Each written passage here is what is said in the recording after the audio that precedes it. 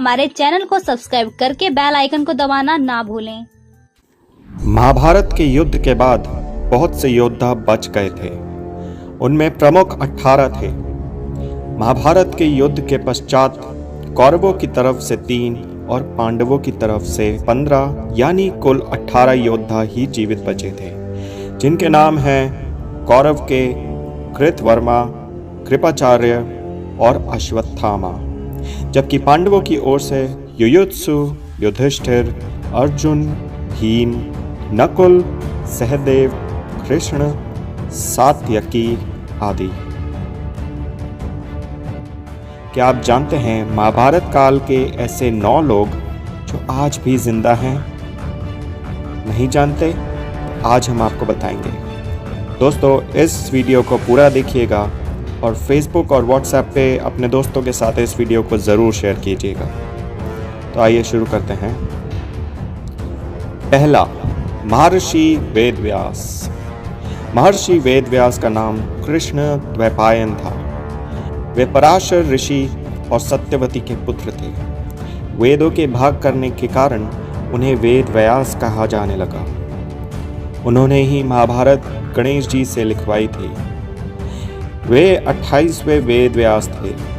धृतराष्ट्र, पांडु और विदुर को महर्षि वेद व्यास का ही पुत्र माना जाता है। इन्हीं 3 पुत्रों में से एक धृतराष्ट्र के यहाँ जब कोई पुत्र नहीं हुआ तो वेद व्यास की कृपा से ही 99 पुत्र और 1 पुत्री का जन्म हुआ। महर्षि व्यास पितामह भीष्म के सौतेले भाई थे।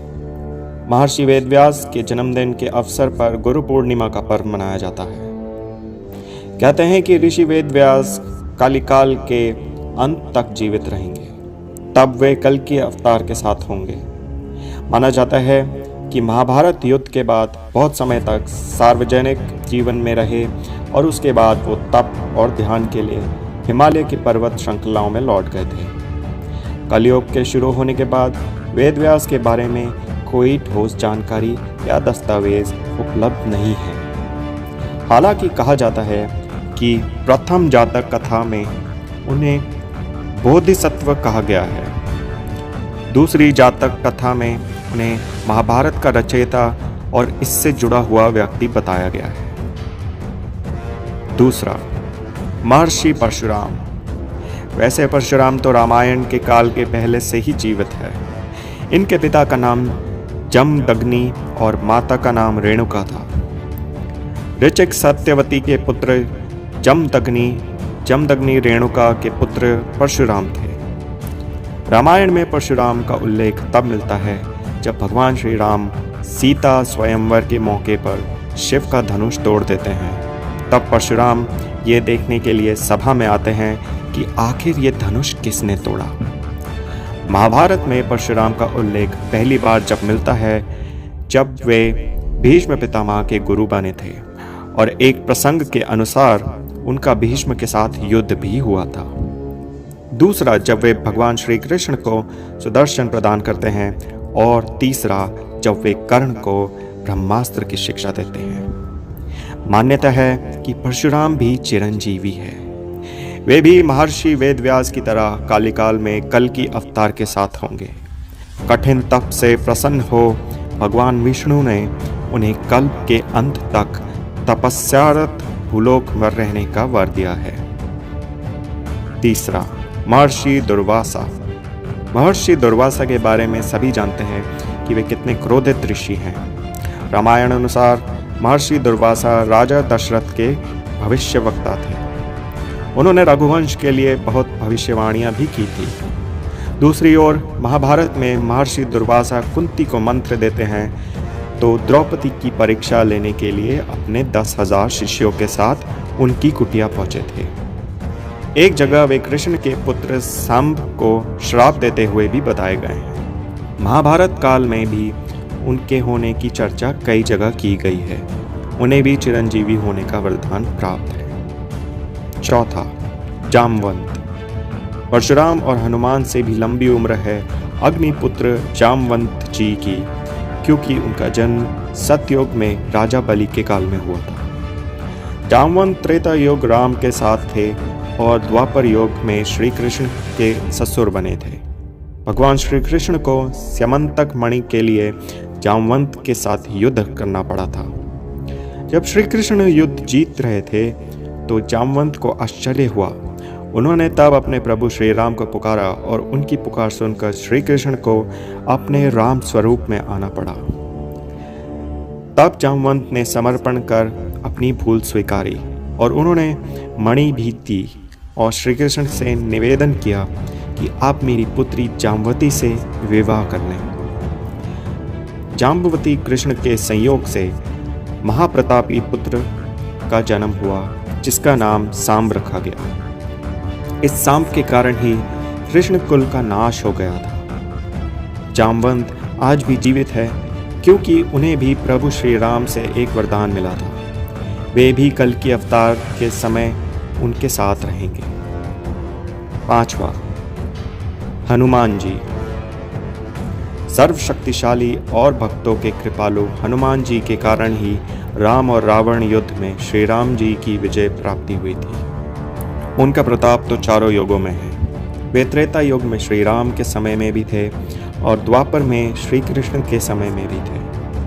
बहुत कम लोग जानते होंगे कि महाभारत के युद्ध में श्री हनुमान जी के कारण ही पांडवों को विजय मिली थी। अर्जुन और श्री कृष्ण को उन्होंने उनकी रक्षा का वचन दिया था, तभी तो वे उनके रथ के ध्वज पर विराजमान हो गए थे। इससे पहले वे भीम का अभिमान को चूर चूर कर देते हैं जब एक जंगल में भीम उनसे अपनी पूंछ हटाने को कहते हैं तो हनुमान जी कहते हैं, तू तो शक्तिशाली है, तू ही मेरी पूंछ हटा दे। लेकिन भीम अपनी सारी शक्ति लगाकर भी जब वो पूंछ नहीं हटा पाते तो वे समझ जाते हैं कि ये कोई साधारण वानर नहीं, स्वयं बजरंगबली है। 6, मयासुर। रावण की पत्नी मंदोदरी के पिता अर्थात रावण के ससुर थे। देवताओं के शिल्पी विश्वकर्मा थे तो असुरों के शिल्पी मयासुर।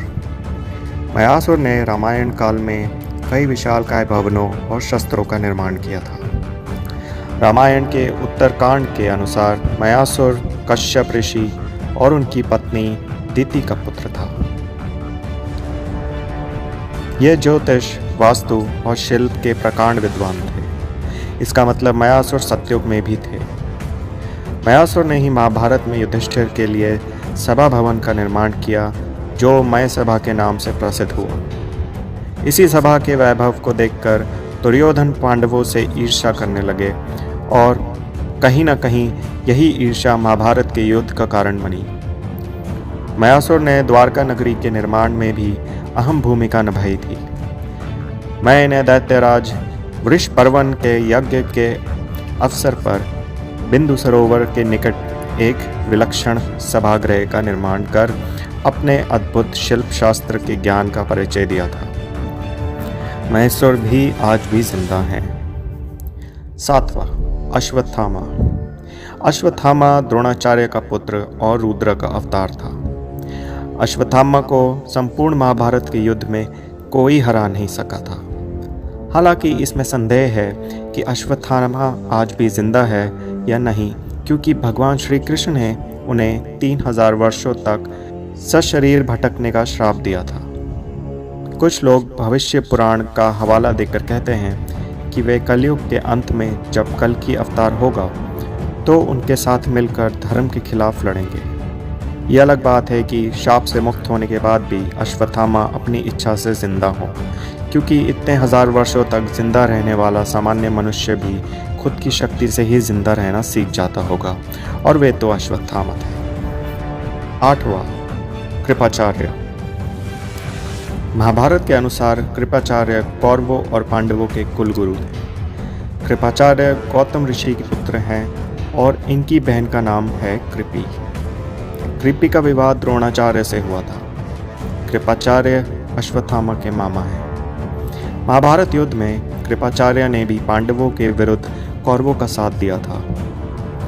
कृपाचार्य की गणना 7 चिरंजीवियों में की जाती है, जिनमें विभीषण, राजा बलि भी शामिल है।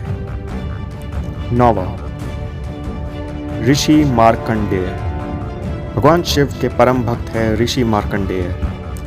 उन्होंने शिव जी को तप कर प्रसन्न किया और महामृत्युंजय मंत्र सिद्धि के कारण चिरंजीवी बन गए। मार्कंडेय ऋषि वनवास के दौरान युधिष्ठिर को रामायण सुनाकर धैर्य रखने की सलाह देते हैं।